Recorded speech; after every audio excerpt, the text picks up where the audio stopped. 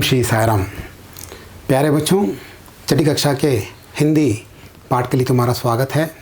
आज के इस पाठ में हम स्वर और उनकी मात्राओं के बारे में विचार करेंगे। इससे पहले हम देखेंगे कि पिछली कक्षा में हम किन किन बातों पर विचार किए थे।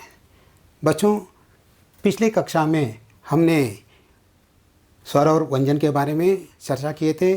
स्वर और व्यंजन कौन कौन से हैं और वर्णमाला क्या होती है, उसके बाद उन वर्णों का उच्चारण किस प्रकार किया जाता है, शिरोरेखा क्या होती है और शिरोरेखा को कब खींची जा सकती है और वर्णों का लिखित अभ्यास किस प्रकार करना है। इन सारी बातों पर हमने चर्चा किए थे।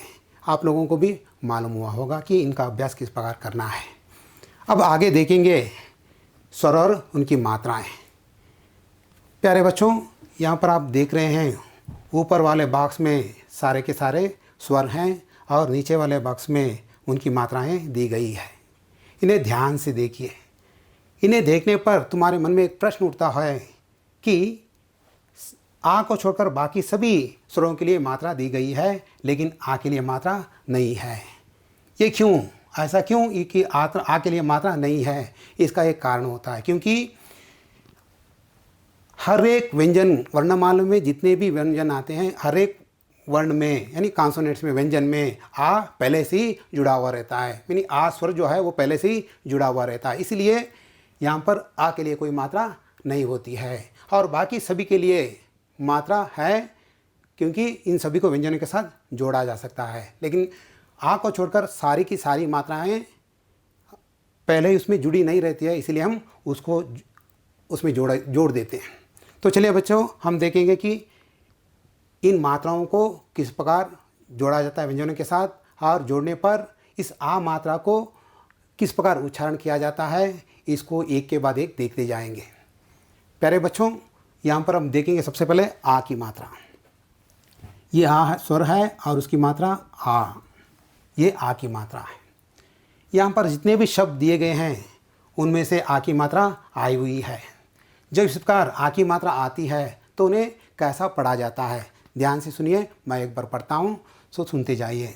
यहाँ पर आ की मात्रा का व्यंजन के साथ आई हुई है तो पढ़ेंगे हम काम। काम। यहाँ पर घास, आ की मात्रा गा के साथ आई हुई है इसलिए घास। वैसे ही चार, बार, सात, भात। आगे साल, बाल, गाय, आम, चाल, चाय, जाल, धान, शान, गान, धाम, नाम, मानव, दानव, बादल, चावल, चादर, पालक, गायक, बालक। तो इस प्रकार आ की मात्रा जहाँ पर ये आ मात्रा आ जाती है व्यंजनों के साथ, वहाँ पर उच्चारण किया जाता है आ। अब आगे देखेंगे आ की मात्रा जब दूसरी जगह पर आ जाती है उसका उच्चारण किस प्रकार किया जाता है। कि आ मात्रा को लेकर यह नियम है कि आ की मात्रा शुरू में ही आनी है, आरंभ में ही आनी है। ऐसा कोई नियम नहीं कि वो शुरू में ही आनी है। ये चाहे कहीं भी आ सकती है, यह मात्रा कहीं भी आए, किसी भी व्यंजन के साथ आ जाए तो उसका उच्चारण आ के साथ ही होता है। यहाँ पर उदाहरण के लिए कुछ ऐसा शब्द दिए गए हैं जो आ की मात्रा कभी बाद में आता है, कभी पहले आता है और बिना मात्रा वाले शब्द यहाँ पर है। तो देखिए उसका उच्चारण किस प्रकार किया जाता है। यहाँ पर दो व्यंजन हैं, इसमें कोई मात्रा नहीं है। इसको पढ़ा जाता है कल, क्योंकि यहाँ पर कोई मात्रा नहीं है। इसको पढ़ा जाता है कल। यहाँ पर देखिए आ मात्रा है लेकिन का व्यंजन के साथ आई हुई है, इसलिए हम क्या पढ़ते हैं काल। और यहाँ पर ये आ की मात्रा अंत में आई हुई है, इसलिए हम पढ़ते हैं कला। और यहाँ पर आ की मात्रा दोनों व्यंजन के लिए यानी दोनों व्यंजन के लिए आई हुई है, इसलिए हम पढ़ते हैं काला। यहाँ पर कल, इसको नहीं पढ़ा जाता कला। इसको पढ़ने का सही तरीका है कल, उसके बाद काल। कला, काला। ऐसे ही मन, यहाँ पर भी कोई मात्रा नहीं है, तो यहाँ पर आ मात्रा माँ के साथ आई हुई है, इसलिए हम पढ़ते हैं मान। यहाँ पर ना के साथ आई है, इसलिए मना। और यहाँ पर दोनों आ की मात्रा दोनों तरफ में, नहीं माँ के लिए भी आई हुई है और ना के लिए भी आई हुई है, इसलिए हम पढ़ते हैं माना। तो इस प्रकार दोबारा एक बार पढ़ता हूँ, ठीक है। वैसे ही मर, यहाँ पर भी कोई मात्रा नहीं है, सिर्फ 2 व्यंजन अक्षर है। हम पढ़ते हैं, जब इसके साथ आ की मात्रा आ जाती है तो पढ़ते हैं मार, मरा, मारा। और यहाँ पर लत, यहाँ पर भी मात्रा नहीं है, और यहाँ पढ़ेंगे हम लात, लता, लाता।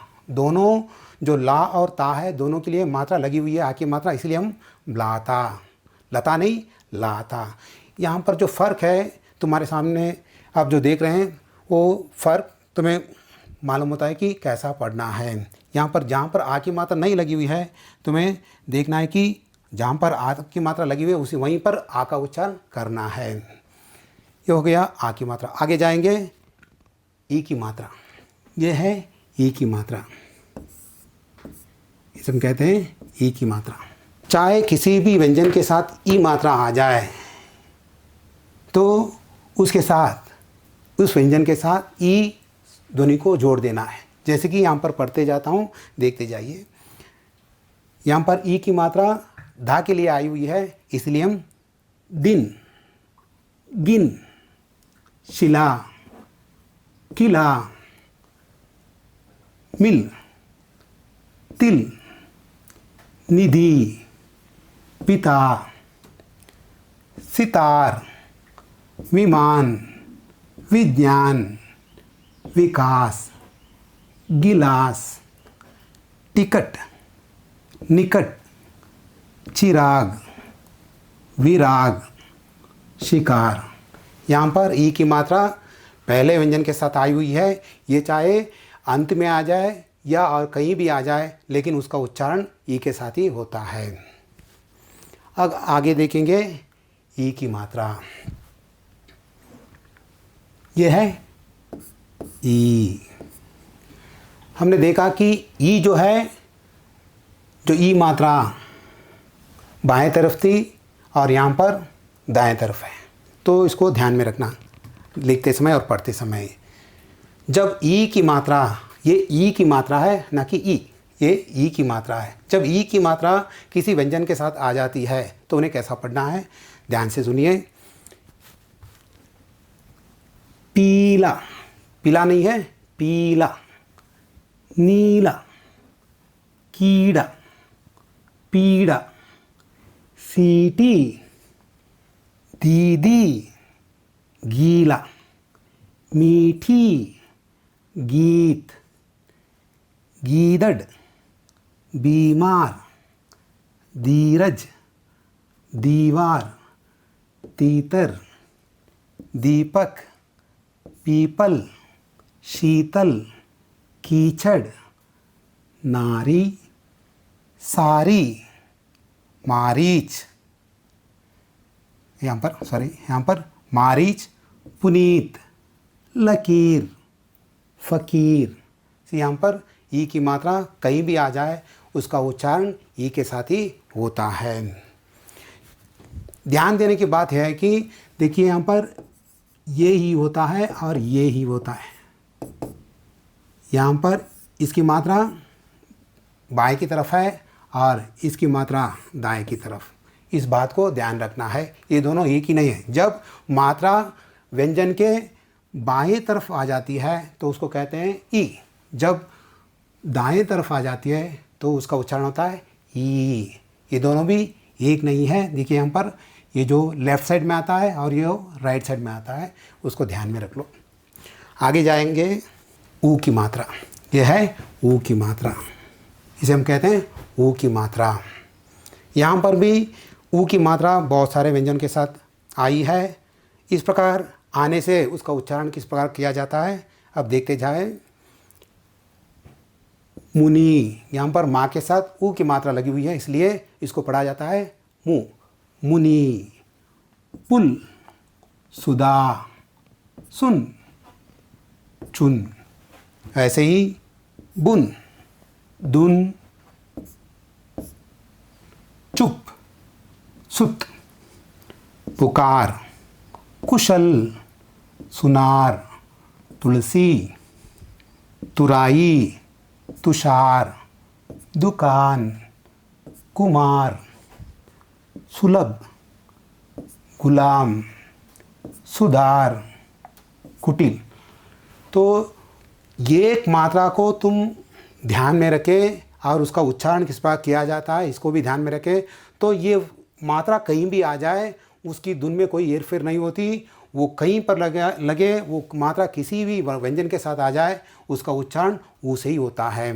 यहाँ पर देखिए कभी ये जो ऊ की मात्रा माँ के साथ आई है, यहाँ पर पा के साथ आई है, लेकिन अंत में वही धुन सुनाई देती है कि ऊ। यहाँ पर मु, पू, सु, सु, चू, ये यानी उसकी मात्रा की जो धुन है उसमें कोई फर्क नहीं पड़ता है। आगे देखेंगे ऊ की मात्रा, ये ऊ है, ये क्या है, ऊ है। इसकी मात्रा ये होता है ऊ की मात्रा। यहाँ पर देख लीजिए जब ऊ की मात्रा व्यंजन के साथ आ जाती है तो उन्हें कैसा पढ़ना है। झूला, दूध, धूल, धूप, शूल, पूजा, चूना, भूख, खूब, कूप, भूल, चूर, रूप, मूढ़, पूरक, पूरब,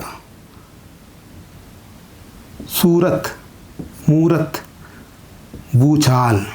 से यहाँ पर ये ऊ की मात्रा कई व्यंजनों के साथ आई है, लेकिन उस व्यंजन के साथ आने पर अंत में जो आवाज़ हमें सुनाई देती है वो धुन में कोई फ़र्क नहीं पड़ता है, कोई ये फिर नहीं होती है।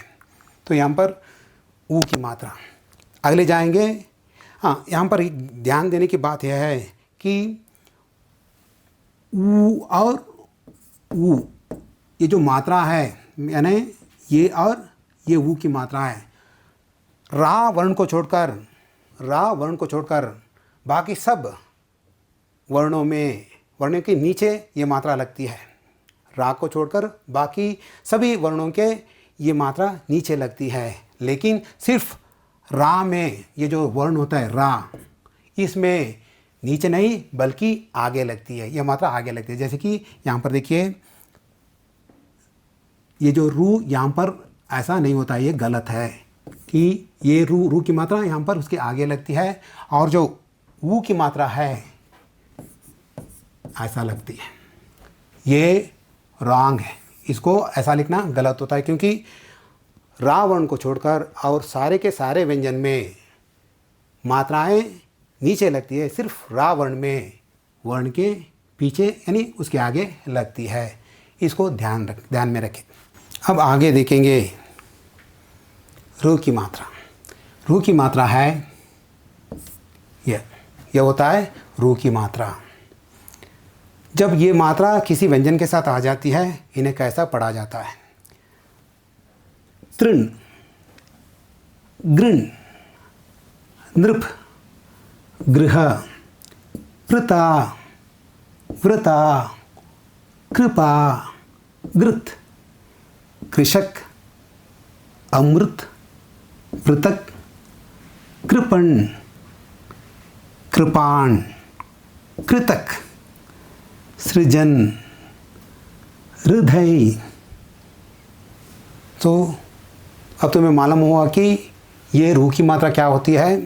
यहाँ पर ध्यान देने की बात है, ये देखिए तीनों मात्राएं ऊ और ऋ, ये तीनों एक नहीं है। इसको देखो, ये मात्रा, दिस मात्रा turn towards left side, this मात्रा turn towards down and this matra turn towards right side. This is left side, down and right side. So when this matra comes under the any letter, any consonants is called as oo, and this is ऊ and that is र। तो इस बात को ध्यान में रखें। ऊ की मात्रा यानी बाएं की तरफ मुड़ी है और ऊ की मात्रा नीचे की तरफ मुड़ी है और ये जो र की मात्रा दाएं की तरफ मुड़ी हुई है। तो इसे ध्यान में रखें। अब आगे में देखेंगे ए की मात्रा। ए की मात्रा होता है ये ए की मात्रा है। यहाँ पर देखिए बहुत सारे शब्दों के साथ यानी बहुत सारे शब्दों की ए की मात्रा लगी हुई है और बहुत सारे व्यंजनों के साथ यानी भिन्न भिन्न व्यंजनों के साथ ए की मात्रा आई हुई है। इसको कैसा पढ़ा जाता है? रेल, तेल, मेल, खेल, नेक, देख। वैसे ही देश, खेत, रेत, जेब, छेद, बेद। खेलना, जेवर, तेवर, लेखक, बेगम, सवेरा, सपेरा, अनेक, विवेक, आने, जाने। देखिए यहाँ पर ऊपर वाले शब्दों में जो ए की मात्रा बिगिनिंग में यानी पहले ही आई हुई है, प्रारंभ में आई हुई है, लेकिन यहाँ पर बीच में आई हुई है।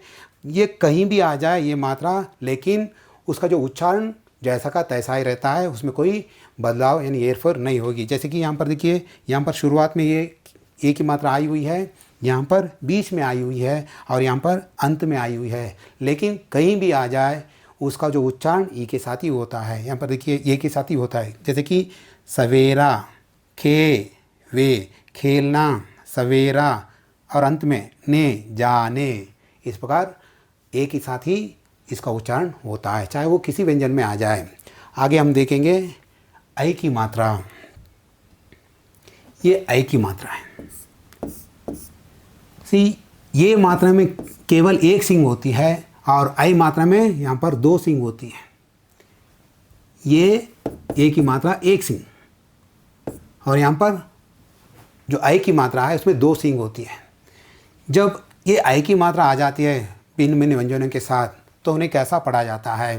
बैर, सैर, तैर, मैना, मैला, भैया, बैठ, चैन, मैदान, शैतान, बैसाखी, पैदल, बैठक, कैलाश, तैराक, बैलगाड़ी। यहाँ पर ए के लिए एक सिंग होती है और आई के लिए दो सिंग होती है। इसको ध्यान में रखें। आगे जाएंगे ओ की मात्रा। ओ की मात्रा होती है यह। ये और आई में क्या फ़र्क होता है? देखिए ये की मात्रा ये होता है, लेकिन ये नहीं है। ये की मात्रा होती है, लेकिन ये जो है वो की मात्रा है। इसे ध्यान में रखिए। ये क्या है? वो की मात्रा है।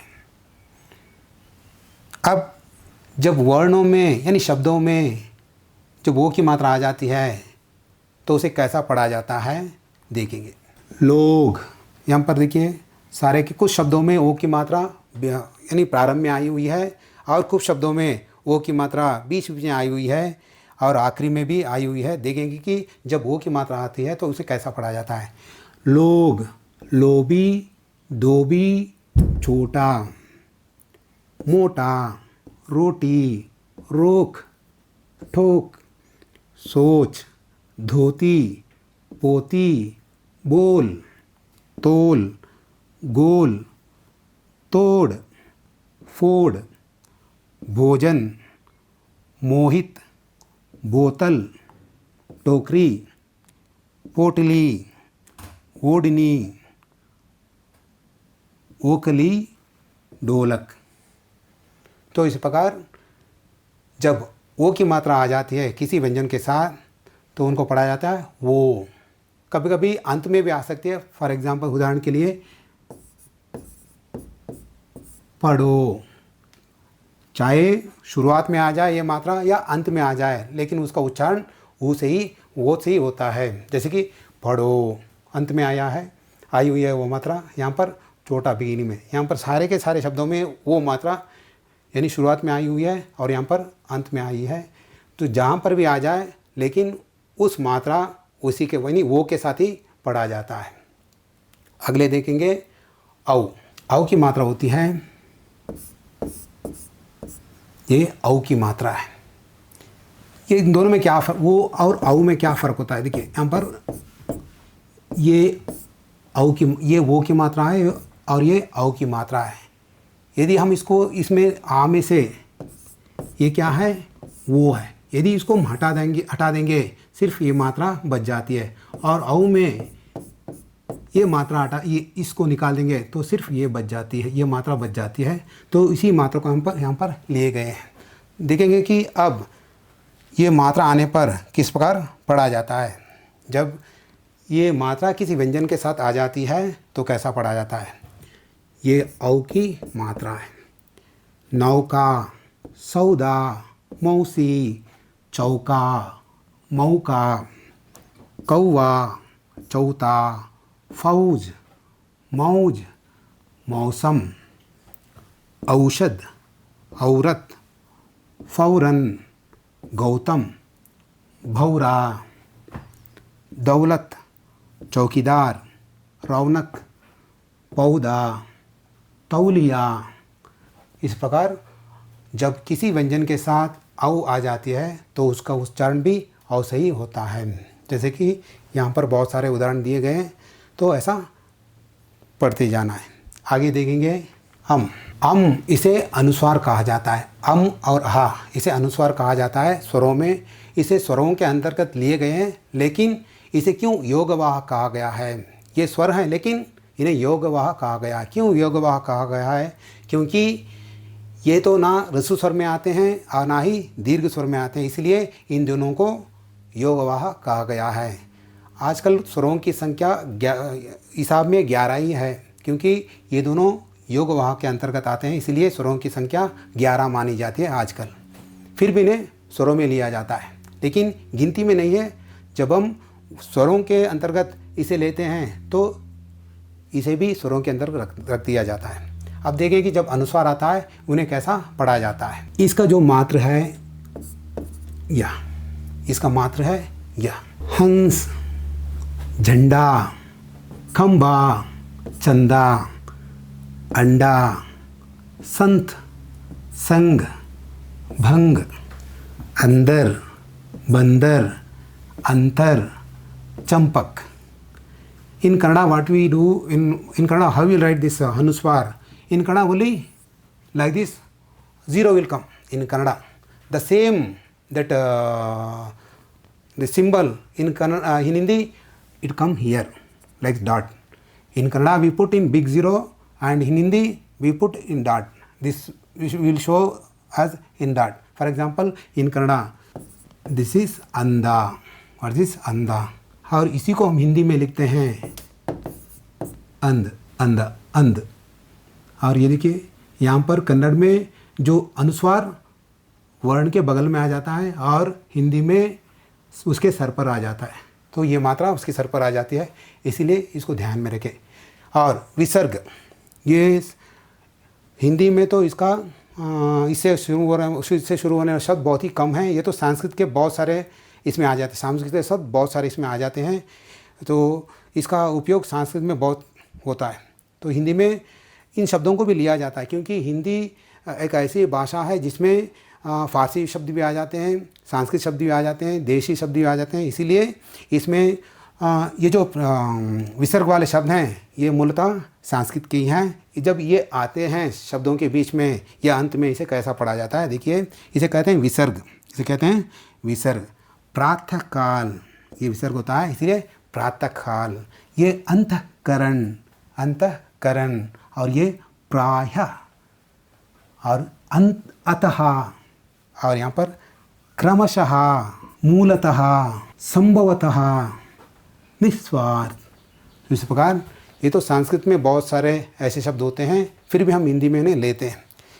तो इतना तो तुम्हें मालूम होगा कि इन शब्दों का जब ये मात्राएं आ से लेकर हम हा तक आ जाते हैं तो इन्हें कैसा उच्चारण किया जाता है, तो तुम्हें मालूम हुआ है। अब देखेंगे कि 12 कड़ी।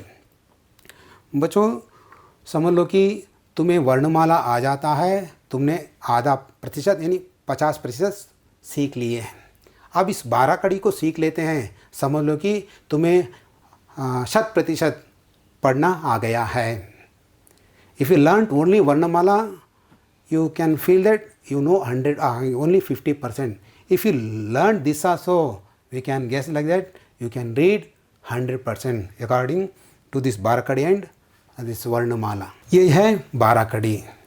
यहाँ पर जो मात्राएं हैं उनकी संख्या 12 है। इसे छोड़कर देखिए 1 2 3 4 5 6 7 8 9 10 11 12।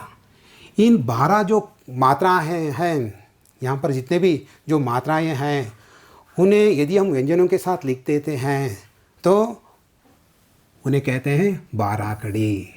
यदि इन मात्राओं की संख्या कितनी है 12 है, इन सारे के सारे मात्राओं को यदि हम व्यंजनों के साथ जोड़ देते हैं तो उन्हें क्या कहा जाता है 12 कड़ी कहा जाता है। ये 12 कड़ी आप सीख लेते हैं तो समझ लो ये पूरा तुम्हें पढ़ना भी आ जाता है, क्योंकि मात्राएं किसी भी व्यंजन के साथ आ जाती है तो उसका धुन वैसा ही होता है। समझ लो कि अगर ये खा की जो 12 कड़ी तो तुमने सीख ली है तो ऐसे ही अन्य वर्णों के साथ तुम जोड़ते जाओगे, ये जो मात्राएं अन्य वर्णों के साथ भी जोड़ते जाओगे तो वैसा ही उसका उच्चारण होते जाता है, जैसे कि यहाँ पर पहले कहा गया है। मैं एक बार पढ़ लेता हूँ, ध्यान से देखिए, ध्यान से सुनिए। क खा की कु खु कृ के कई को कौ कम कहा। ये 12 मात्राओं की है संख्या और इन्हें वर्णों में जोड़ते जाएंगे तो वही 12 कड़ी बन जाते हैं। तो बच्चों मुझे विश्वास है कि आप लोगों ने अभी तक जो सुना है वो तुम्हारे दिमाग में घुसा हुआ है, समझ लिए हैं। तो ये इस दिन का आखिरी पड़ाव होता है नियत कार्य यानी होमवर्क सेशन। तो इसमें आपके लिए कुछ वर्क दिया गया है। तुम्हें क्या करना है, ये आई वो औ मात्राओं से आरंभ होने वाले जो किन्हीं 5 शब्दों को लिखना है। चाहे वो शब्द कोई भी शब्द हो जाए तुम्हें लिखना है, लेकिन इन मात्राओं से आरंभ होना है। जैसे कि ये आई वो औ ऐसे शब्दों से प्रारंभ होने वाले ऐसे मात्राओं से प्रारंभ होने शब्द हैं, उन्हें तुम्हें लिखना है 5 बार। और उसके बाद अभी मैंने कहा कि 12 कड़ी क्या होता है, उन 12 मात्राओं को खा से लेकर हा तक के जो वर्ण आते हैं यानी व्यंजन आते हैं उनके साथ लिखने का प्रयास करना है। यही तुम्हारे लिए गृह कार्य है। जब इसके लिखते समय उच्चारण करते लिखिए ताकि तुम्हें समझ में आ जाए कि कौन सी मात्रा है किसके साथ आने पर कैसा उच्चारण किया जाता है। तो चलिए बच्चों, इसके साथ आज का पाठ ख़त्म कर देता हूँ। अगली कक्षा में दूसरे विचार को लेकर हम आएंगे। साईं राम।